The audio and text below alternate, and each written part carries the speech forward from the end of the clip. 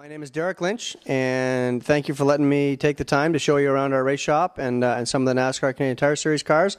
In my background, depending on the pan angle of this camera, you can see a couple of those NASCAR cars. We've got our late model over here to the, I guess it'd be your right, my left. I've been involved in motorsports now for about 24 years, racing cars. I raced go-karts for 4 years before that, so altogether about 28 years behind the wheel.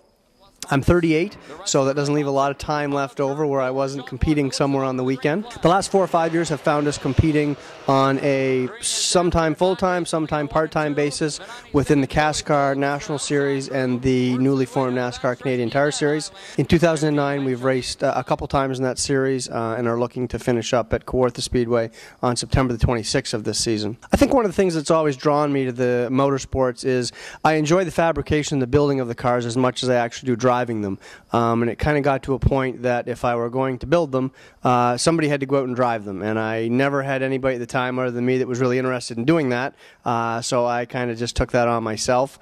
Probably came by it honestly. My father raced for about 20 years.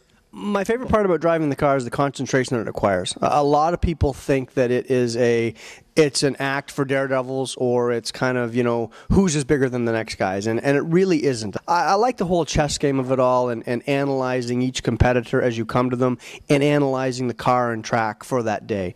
But like I said, we all race the cars differently, we all attack the track differently, so one of the things I enjoy is knowing who you're racing against, how they race, where their weaknesses might lie. They're trying to figure out where your weaknesses lie, and then trying to take advantage of them and try and kind of exploit them as best you can. I've always said that racing is about an 85% mental game, and you obviously have to have the physical strength in order to go along with that mental capacity, because you have to keep yourself focused that you can't lose track of what you're doing. Our biggest form of kryptonite is the heat. The cars have no insulation. They get so hot. Inside the cars about 120 to 130 degrees Fahrenheit in our events during the middle of the summer. So very hot.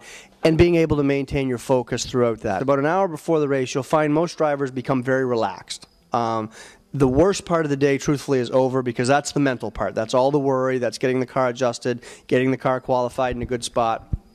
And then once the race starts, again, you revert back to that theory of outthinking your opponent, and you begin to run the race in a position of, what do I have to do so I'm there at lap 230 of a 250 lap race, and I'm ready to challenge for the lead, or I'm in the lead and I've got car enough that I can begin to extend the lead. And then with 5 to go, I guess the gloves come off and you take what you can get.